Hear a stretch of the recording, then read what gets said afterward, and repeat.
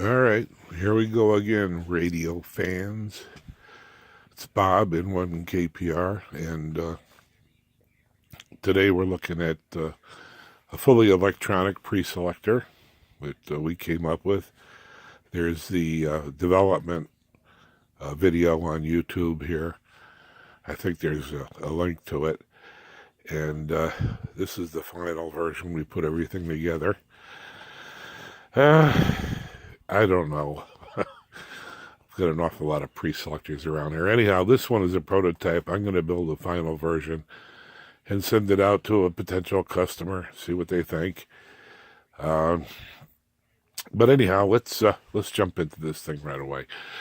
Quick, if you've seen my other videos, you'll know that what we've been working on here over the years, and probably 50 years, 50, half a century of pre-selector technology, and doggone it, I think we got it pretty well down pat. This one is AM broadcast only. It's not shortwave, and there is a modified version of this with you change out one module here, and it will be from 20 or 30 kilohertz way down into VLF up to about 55 or 60 megs above the 6 meter band. But this particular guy wants to do field work for his station. So let's get to it. Start here with the power switch. You notice that the power is off, but we have some lights, red, amber, and green. And that is so that we can always be sure that we have proper polarity from the power supply, power feed from the line coming in back here. And it tells us we don't have the line in the neutral reversed, and we have a valid ground out to the power source that's always on. So, and here's, by the way, here's the network. I put a plastic cover on it because there's 120 volts running around in there, and I marked it hot because if you get bit, you'll realize it's hot. That's one of the features for the engineer to be able to see that he's got in case he has problems, you can get a ground loop because you don't have system ground. If you have the main, the hot and neutral reversed, you can get into other problems with your rack system in the van or whatever you're doing. Coming in also, we have a power filter, hash and pops and clicks and all that coming out. Got a pretty substantial power supply, nice filtering, a 12-volt supply. This supply is doing about 15 volts DC.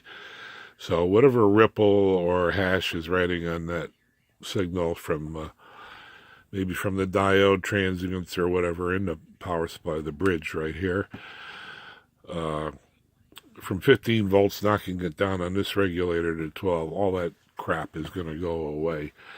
It's really very clean DC.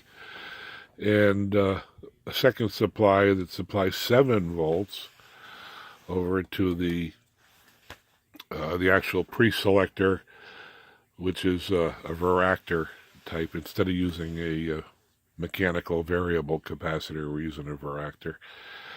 And the coil's built in, the choke. I'll take that apart in a minute. And over here, all the preamp stuff that's done. These are mounted in some, these are actually steel cans.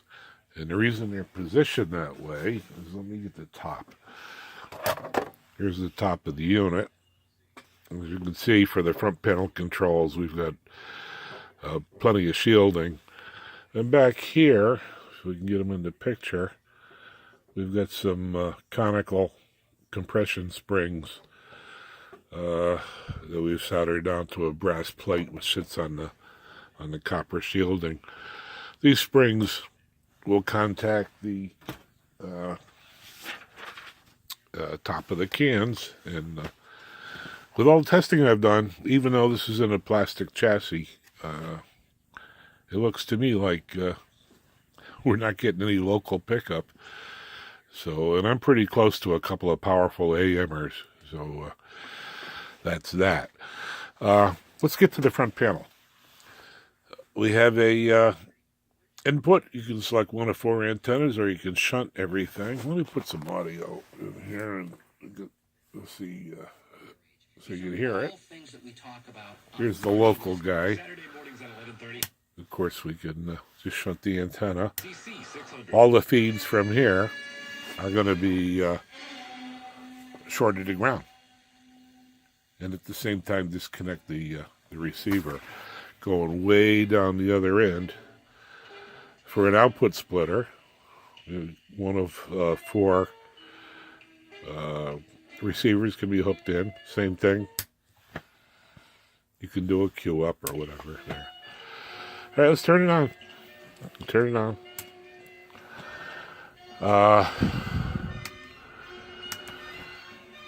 So there you have it. Antenna selection, receiver selection. Here's an attenuator. This is if you're over near the transmitting site and the antenna is nearby and it's clobbering you with volts per meter of input. You can crank this thing down to get it to some reasonable mode if you're going to be doing recording, quality of signal and that kind of thing. So you can go from 0 to 100% of whatever is coming in on the antenna. That's here. And if you, I don't know if you can hear the signal.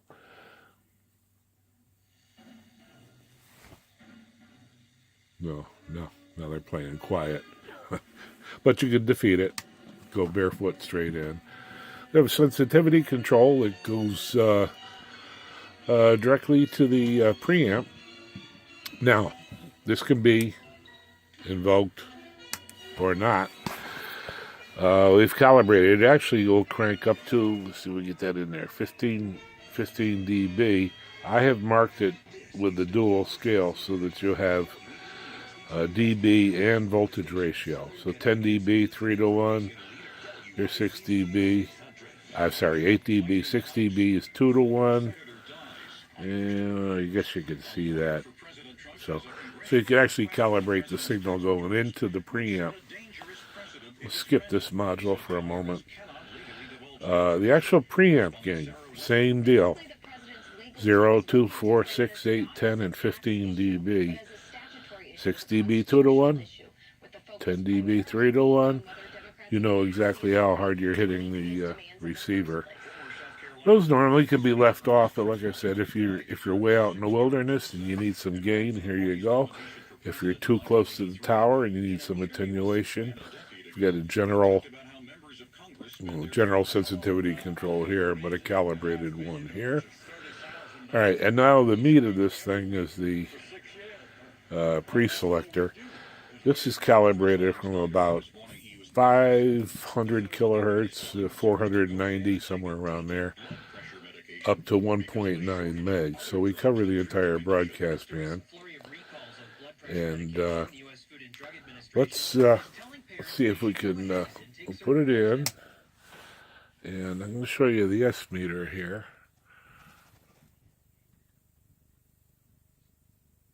Let's see if we can get a little more gain on the radio.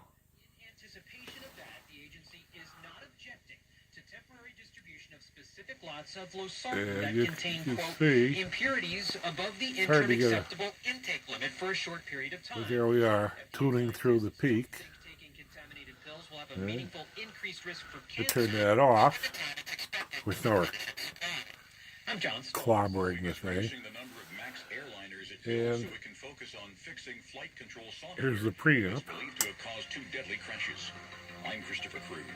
Going up, up. And then down, and down to about 6 dB here, 4, 2, and there's unity gain. And that's the preamp here. to turn off. So that's basically it. More filtering.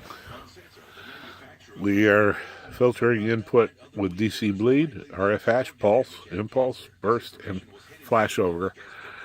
And that's done here on the this little board. The 2-watt 20K resistor to keep the bleed, the static bleed off of the incoming antenna. That goes directly back to the input. So whatever's coming in is going to see this thing. About 005 worth of caps, which starts the knee in the roll off is around 2 megs. So, and it's very effective. You have a weak signal somewhere in the broadcast band, you'll invoke this hash filter. You'll notice a difference. It takes a lot of the atmospheric hash above 2 megs right out of the system. A couple of MOVs that operate in the 22 to 28 volt area. There's 2 of them. These 4 guys, if you could see them right here, are TVDs. They're transient voltage diodes. They're put in there, and I've got them in series parallel, so if one fails, you have another one. If they fail shorted, just like the MOVs, if they fail shorted, you've got another problem because you're not going to get any signal. That is why we have switches. You can just take them right out of the circuit. But hopefully they fail burnt, which means they've done their job. We have the requisite and the obligatory double back-to-back diodes. Usually people use 914s. Here I'm using 1 amp ones. And the omnipresent NE2 flashover tube. That'll fire at about 60 or 65 volts. And if there's a nearby lightning strike, zap, boom, bang, it goes to ground. It doesn't get into the radio or your reference receiver that you're making all the station measurements with.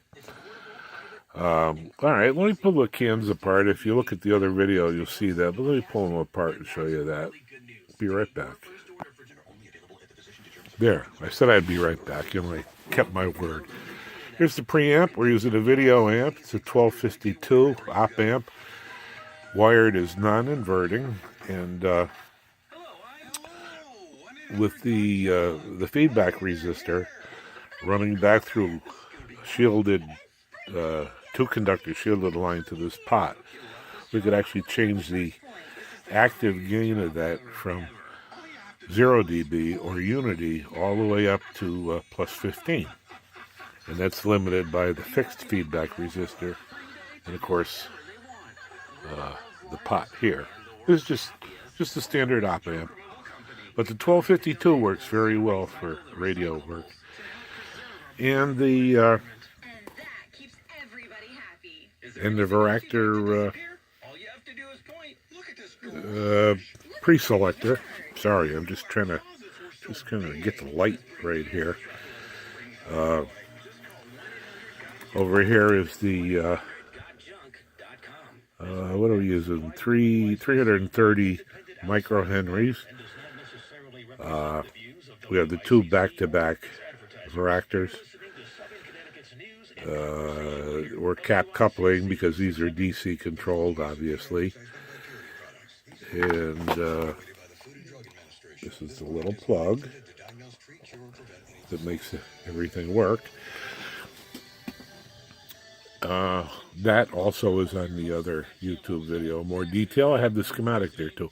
If you're doing any serious SWLing or ham radio stuff, it's really a nice thing to do in place of trying to find variable capacitors and dealing with mounting them and stray capacitance and coupling and local pickup and all that stuff. I'm convinced the electronic way to go is the way to go. So that's it. Again, there's a lot of stuff in here you got to be careful of. The filtering, 120 volts. Input to the transformer, 120 volts. Everything you notice here is covered with plastic. And the polarity of your power distribution system here. Again, the system's off. Those are still on. System's on. You start invoking switches, filters rather. Any of these things, you know definitely at first glance what's going on. You don't have to stop and read every switch or read every module. And of course the old, what is it? The old saying we've been using, green is good, red is bad. You get these off, it's red. If you need them, make them turn green. The same here. The output's green because we want it on. The input's green because we want it. We want an antenna. Right now, all the other controls are not being used. All right, that's it. I went real long on this. It's Bob, N1KPR. Appreciate any comments. Have any questions, leave them there on the YouTube channel. YouTube is N1KPR, Kilo Papa Romeo. And my website, bobsamerica.com, www.bobsamerica.com. Thanks for looking. Bye-bye.